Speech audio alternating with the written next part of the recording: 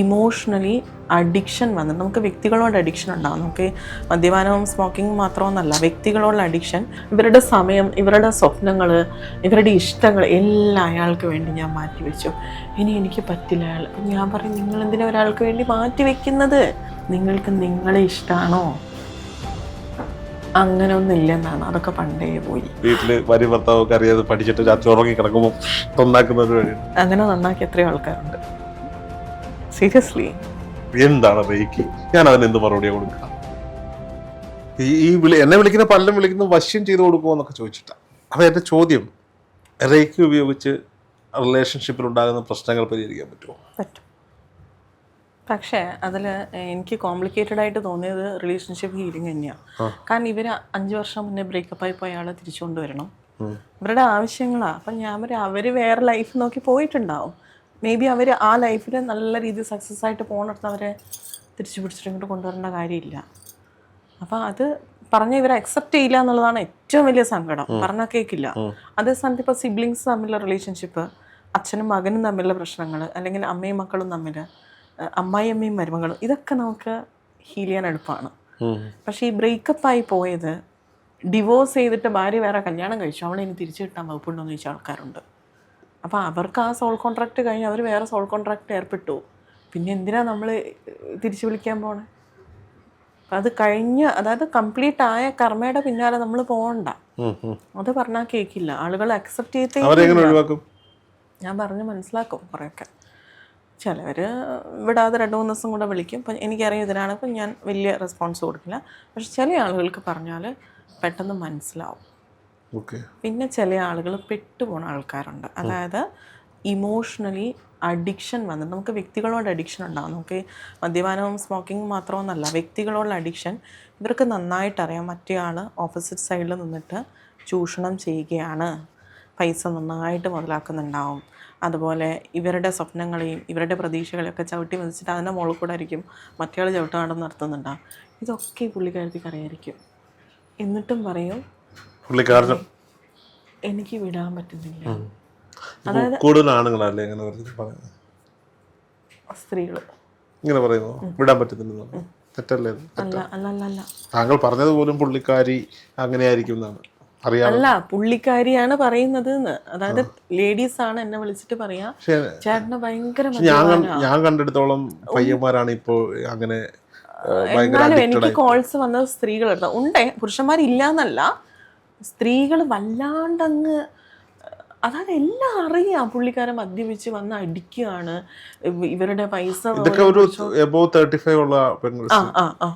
അതിൽ താഴെയാണെങ്കിൽ തിരിച്ചാകും. അതെ, അതിൽ താഴെയാണെങ്കിൽ തിരിച്ചാണ്. കാരണം പഴയ സ്കൂളും പുതിയ സ്കൂളും. അതെ, കാരണം കുറച്ചുകൂടി അത് 90-ന് മുമ്പ് ജനിച്ചവരും 90-ന് ശേഷം ജനിച്ചവരും എങ്ങനെ വേണമെങ്കിൽ പറയാം. എന്നാലും സ്ത്രീകൾ വല്ലാണ്ട്, ഞാൻ പറഞ്ഞു, നിങ്ങൾ ഇങ്ങനെ അഡിക്റ്റ്, അതായത് ഇവരുടെ എല്ലാം അങ്ങ് നശിപ്പിക്കുക. ഇവരുടെ സമയം, ഇവരുടെ സ്വപ്നങ്ങൾ, ഇവരുടെ ഇഷ്ടങ്ങൾ എല്ലാം അയാൾക്ക് വേണ്ടി ഞാൻ മാറ്റിവെച്ചു. ഇനി എനിക്ക് പറ്റില്ല അയാൾ. അപ്പം ഞാൻ പറയും, നിങ്ങളെന്തിനാ ഒരാൾക്ക് വേണ്ടി മാറ്റിവെക്കുന്നത്? നിങ്ങളെ നിങ്ങളായിട്ട് അക്സെപ്റ്റ് ചെയ്യുന്ന ആളെ വേണം നിങ്ങൾ അക്സെപ്റ്റ് ചെയ്യാൻ. അതല്ലേ ഏറ്റവും നല്ല ബ്യൂട്ടിഫുൾ റിലേഷൻഷിപ്പ് എന്ന് ഞാൻ എപ്പോഴും പറയും. നിങ്ങളുടെ കൂടെയുള്ള റിലേഷൻഷിപ്പിൽ നിങ്ങൾക്ക് സന്തോഷം കിട്ടുന്നുണ്ടോ, സമാധാനം കിട്ടുന്നുണ്ടോ, സ്നേഹം കിട്ടുന്നുണ്ടോ, സംതൃപ്തി കിട്ടുന്നുണ്ടോ? ഇത് 4 ഉണ്ടെങ്കിൽ അതൊരു ബ്യൂട്ടിഫുൾ റിലേഷൻഷിപ്പാണ്. ലവ് അല്ല ഞാൻ പറഞ്ഞത്, അച്ഛനമ്മയോടാണെങ്കിലും സിബ്ലിങ്സിനോടാണെങ്കിലും ഫ്രണ്ട്സിൻ്റെ അടുത്താണെങ്കിലും എല്ലാം. അപ്പോൾ ചിലർ പറയും ഇതൊന്നുമില്ല മാം, പക്ഷേ ഞാൻ നോക്കിയില്ലെങ്കിൽ ചേട്ടനെ ആരും നോക്കില്ല. അങ്ങനെ പറയുന്ന ആൾക്കാരുണ്ട്. ഞാൻ നോക്കിയില്ലെങ്കിൽ ചേട്ടന് മനസ്സിലാവുന്നില്ല, ചേട്ടൻ എല്ലാവരും പറ്റിക്കാം, ചേട്ടൻ എന്നോട് ഇഷ്ടമില്ല എന്നൊക്കെ എനിക്കറിയാം, പക്ഷേ ഞാൻ നോക്കിയില്ലെങ്കിൽ ചേട്ടൻ എന്ത് ചെയ്യും എന്ന് പറയുന്ന എത്രയോ ചേച്ചിമാർ എന്നെ വിളിച്ചിട്ടുണ്ട്. അപ്പം ഞാൻ ചോദിക്കും, നിങ്ങൾക്ക് ചേട്ടനെ ഇഷ്ടമാണ്, സമ്മതിച്ചു, നിങ്ങൾക്ക് നിങ്ങളെ ഇഷ്ടമാണോ? അങ്ങനെ ഒന്നും ഇല്ല മാം, അതൊക്കെ പണ്ടേ പോയി. അതായത് മറ്റുള്ളവർക്ക് അത്രയേ ഉള്ളൂ. ഈ ആറ്റിറ്റ്യൂഡ് ഇവരറിയുന്നില്ല. ഇവർക്ക് കൊടുക്കാത്ത പരിഗണന എങ്ങനെയാണ് യൂണിവേഴ്സ് നമുക്ക് തരിക? നമ്മൾ യൂണിവേഴ്സിൻ്റെ ഭാഗമാണ്. നമ്മളെന്ന യൂണിവേഴ്സിൻ്റെ ഭാഗത്തെ നമ്മൾ പരിഗണിക്കുന്നില്ല എങ്കിൽ ചുറ്റിലുമുള്ള മറ്റ് യൂണിവേഴ്സിൻ്റെ ഘടകങ്ങൾ നമ്മളെ പരിഗണിക്കില്ല. അപ്പം ഞാൻ റേക്കി ക്ലാസ് തുടങ്ങുമ്പോൾ എപ്പോഴും പറയും, നിങ്ങളിലേക്ക് കുറച്ച് ഫോക്കസ് ചെയ്യണം. നിങ്ങൾക്ക് ഇഷ്ടമുള്ള കാര്യങ്ങൾ. എത്രയോ ആൾക്കാർ നന്നായിട്ട് പാട്ട് പാടുന്നവരുണ്ട്, എല്ലാവരും പ്രൊഫഷണലി പോകണം എന്നല്ല പറഞ്ഞത്, അറ്റ്ലീസ്റ്റ് വീട്ടിലിരുന്നൊന്ന് പാടാൻ പോലും മറന്നുപോയ ആൾക്കാരാണ്. ഡാൻസ് ചെയ്യുന്ന ആൾക്കാർ, ചിത്രം വരക്കുന്ന ആൾക്കാർ, ഞാൻ എല്ലാത്തിനെയും കുത്തിപ്പൊക്കും. ഞാൻ പറഞ്ഞു നിങ്ങൾ ചെയ്യണം. ദെൻ അവർ ഭയങ്കര സന്തോഷത്തോടെ കരഞ്ഞിട്ടൊക്കെ ആയിരിക്കും എന്നെ വിളിച്ചറിയാം. 16 വർഷത്തിന് ശേഷം ഞാൻ ചിലക കിട്ടി മാം, 17 വർഷത്തിന് ശേഷം ഞാൻ ആദ്യമായിട്ട് പാടി മാം, എൻ്റെ വോയിസ് ഇത്രയും ക്ലിയർ ആണെന്ന് ഞാൻ ഇപ്പോഴാണ്. അവർക്കുള്ള ഒരു ഇന്നർ സാറ്റിസ്ഫാക്ഷൻ ഉണ്ടല്ലോ, അതവരുടെ സൗണ്ടിൻ്റെ വൈബ്രേഷൻ ഉയർത്തും. ഇതൊക്കെ മറന്നുപോയ ആൾക്കാരാണ് പലരും, ആർക്കോ വേണ്ടി. അപ്പം അതിനെ നമ്മൾ മാറ്റി കൊടുക്കണം. ഞാനിതൊക്കെ ചെയ്യും കേട്ടോ. റേക്കി വെറും റേക്കിയിലേക്ക് മാത്രമല്ല ഞാൻ ഫോക്കസ് ചെയ്യുന്നത്, ഒരു കംപ്ലീറ്റ് പാക്കേജാണ് ഞാൻ ഉദ്ദേശിക്കുന്നത്. അതായത് നമ്മൾ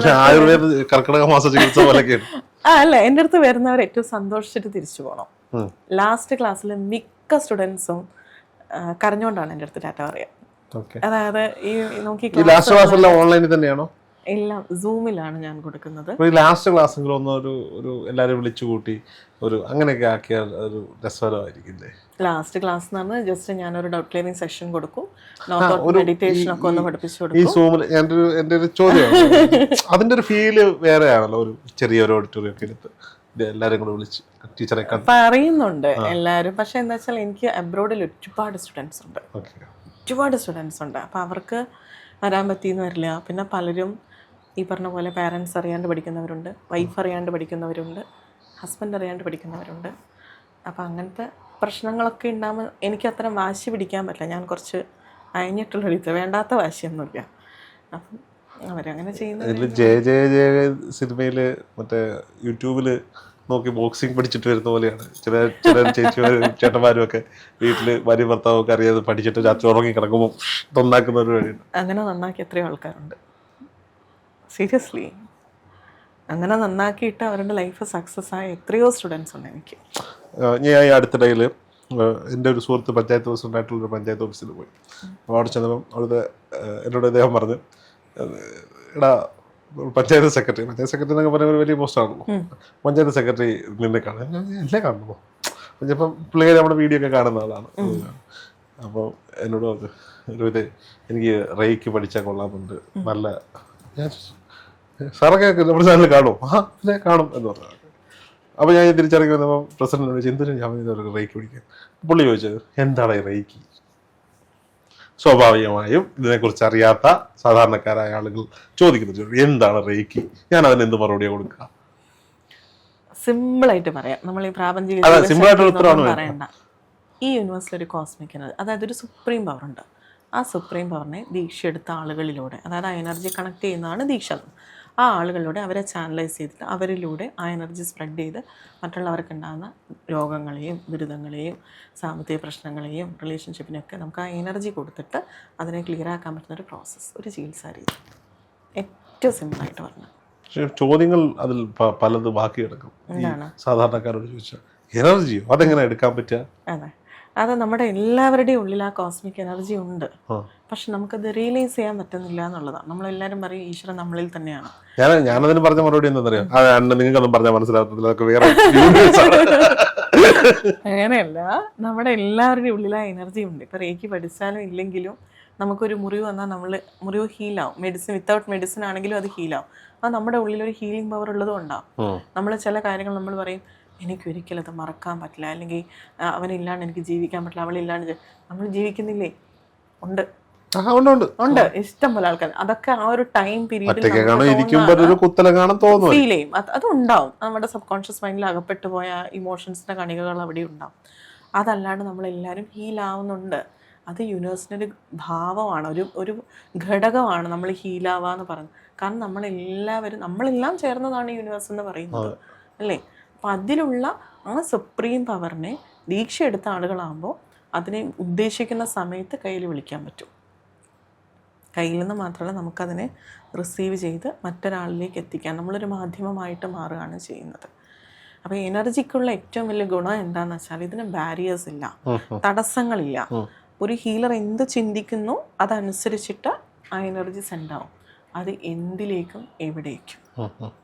അയാൾക്ക് അസുഖമാണെങ്കിൽ ആ ഓർഗൻസിലേക്ക് പോകും. അയാൾക്ക് ഇമോഷൻസ് ആണ് പ്രശ്നമെങ്കിൽ ഇമോഷൻ ഓറിയയിൽ പോയിട്ട് അത് ക്ലിയർ ചെയ്യും. മെൻ്റലി ആണ് ഇഷ്യൂ എങ്കിൽ അത് ക്ലിയർ ചെയ്യും. ബിഹേവിയറൽ പ്രോബ്ലം ആണെങ്കിൽ അത് ക്ലിയർ ചെയ്യും. കമ്മ്യൂണിക്കേഷൻ ആണെങ്കിൽ അത് ക്ലിയർ ചെയ്യും. കോൺഫിഡൻസ് ആണെങ്കിൽ അത് ക്ലിയർ ചെയ്യും.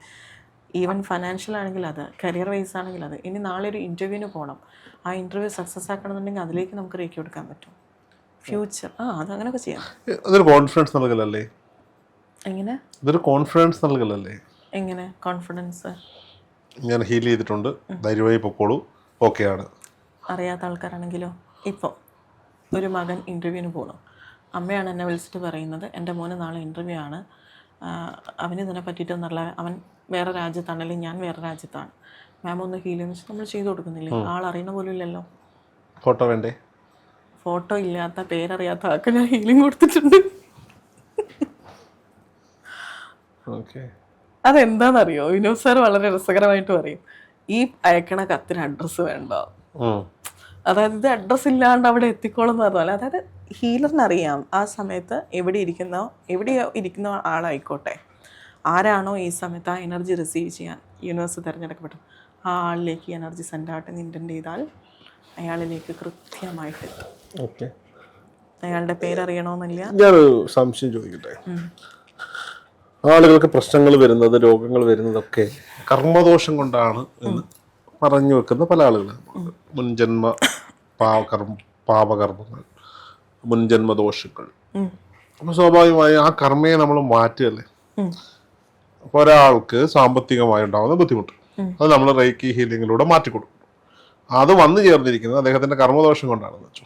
അപ്പോൾ നമ്മൾ ആ കർമ്മയെ വ്യതിചലിപ്പിക്കുകയാണ്.